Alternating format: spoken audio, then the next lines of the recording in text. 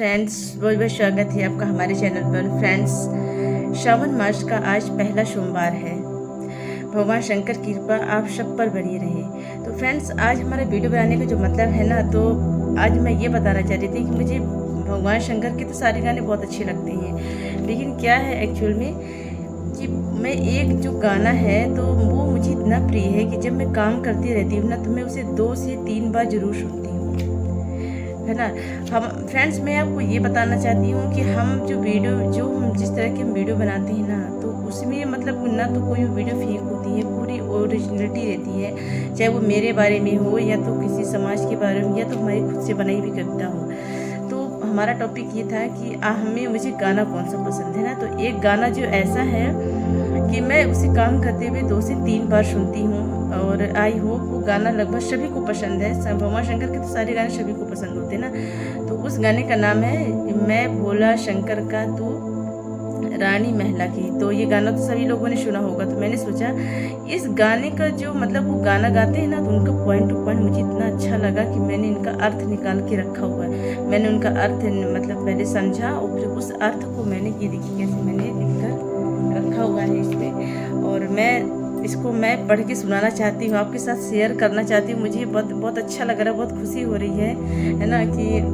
आप comment box में ज़रूर बताइएगा कि मतलब इतना अच्छा इनका अर्थ लगा सुनने में कि भगवान भोलेनाथ कैसी कैसी याचना करते हैं, अपने सत्य को मतलब बताते हैं पार्वती माता से कि किसी तरह से पार्वती माता मतलब शादी करके मेरे साथ नहीं रह पाएंगी। वो कहाँ मतलब महलों की रानी हैं और हम कहाँ पर्वत के रहने वाले एक मतलब बाबा हैं। तो इस तरह से मतलब वो याचना करते हैं माता पार्वती के साथ। ऐसे सुन के उस शब्दों का जो वर्णन इतना सुंदर है।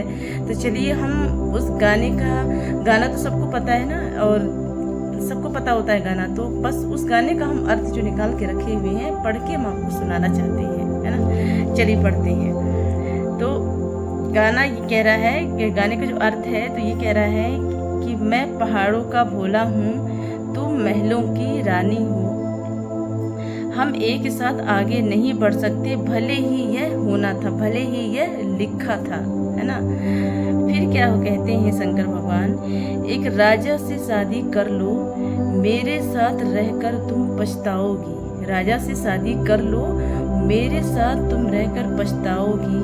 आपका रंग काला हो जाएगा, आपको अपने महलों की याद आएगी। तो भगवान ऐसे बोल रहे हैं। और भगवान फिर क्या कहते हैं, मैं कंबल भी नहीं खरीद सकता, मैं कंबल भी नहीं खरीद सकता। ये गाना कहाँ पर आता है, मेरा कंबल तक का ब्योत नहीं, जाड़े में ठर ठर कांपेगी। तो ये मतलब जो गाना है यही कहता है कि मैं कंबल भी नहीं खरीद सकता हूँ, आप ठंड इसमें कांप जाएंगी। आप मेरे गुस्से को कैसे संभालेंगी, आप मेरे गुस्से को कैसे संभालेंगी।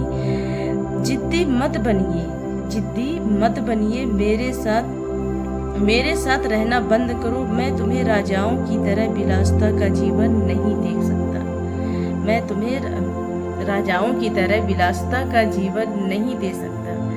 तो भगवान के ऐसे ऐसे सत्य वचनों को सुनकर मतलब भगवान इतना सोचते हैं कि मैं किस परिस्थिति में हूँ और वो माता रानी किस तरह से पली बड़ी हुई महलों की हैं, तो वो नहीं रह पाएंगी। भगवान ऐसे बोल रहे हैं ना। फिर कहते हैं भगवान कि मतलब ये कहते हैं कि हम एक साथ नहीं रह सकते, भले ही यह होना था। ठीक है, अब हम पढ़ते हैं आगे।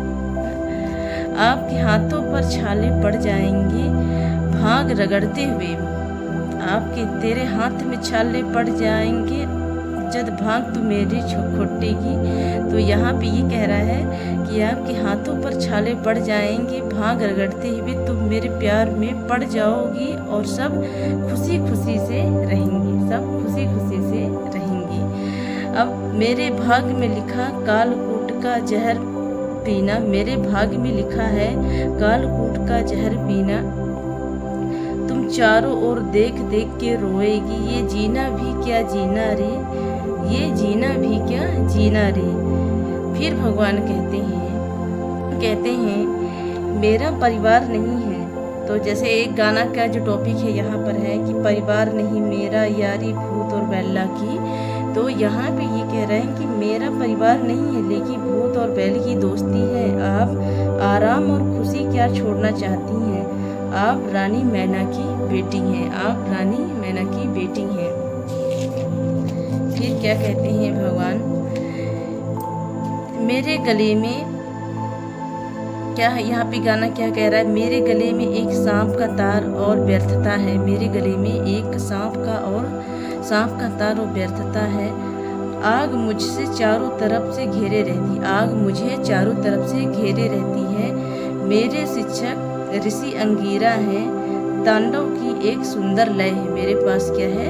एक शिक्षक अंगीरा है और तांडव की एक सुंदर लय है ना। इस तरह से भगवान उनसे याचना करते हैं और अपने सत्य की जो व्याख्या करते हैं कि किसी तरह से पार्वती माता को मैं ऐसी क्या क्या बातें बता दूँ अपने बारे में कि माता शादी करने से जो है तो मना कर दे, है ना। किसी बड़े राजा के साथ मान लो कि बेटी किसी महल में जाए, है ना। अब कहते हैं भगवान कि एक डमरू है, एक लोटा है और एक छड़ी है। आपका प्यार कहाँ है ना। जैसे भगवान कहते हैं यहाँ एक ये गाना आता है, एक डमरू से एक सोटा से, एक डमरू से एक लोटा से और एक युकंडी सोटा से।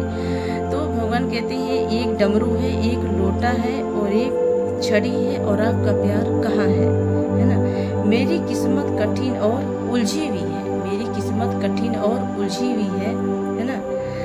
अब भगवान कहते हैं यहाँ पर जो सॉन्ग आता है लास्ट वाला कि मैं समझ सकूँ सारी पीड़ा तेरे नैना की, मैं समझ सकूँ सारी पीड़ा तेरे नैना की। तो भगवान कहते हैं समझ सकता हूँ आपकी आँखों में दर्द, समझ सकता हूँ आपकी आँखों में दर्द। अंधेरी रातों को क्यों भागी बन रही हैं, अंधेरी रातों की आप क्यों भागी बन रही हैं इस जीवन की, है ना।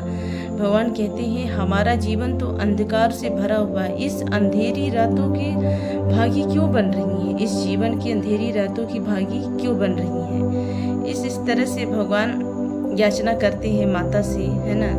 पर माता रानी तो शिव जी के लिए ही बनी है, उनका जन्म भी सिर्फ शिव जी के लिए ही था और शिव जी के लिए ही बनी थी। और जब तक ये धरती है भगवान के नीचे तो हम सब हैं। और अगर किसी प्रेम की अगर कहानी तो और तो दुनिया में जितनी कहानियाँ